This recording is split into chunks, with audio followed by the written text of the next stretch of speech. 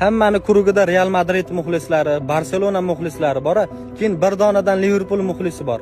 Unga mazza El Klasikoda do'stlari bir-birini go'shiniydi, u maza qilib tomosha qiladi.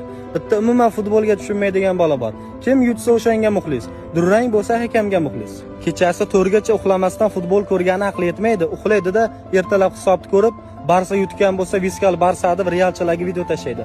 Haqiqiy Barselona muxlislari bunaqa bo'lmaydi. Yutgan paytda ham, yutqizgan paytda ham klubga sodiq qoladi. Meni do'stim Barselona muxlisi. O'tgan yil uni birov bir tingilmasdi. Bu yil u birovda bir tingilmayapti. O'tgan yil choyxonada Realchilarga choy quyib o'tirardi. Bu yil choyxonani to'g'risida birovga gap bermayapti.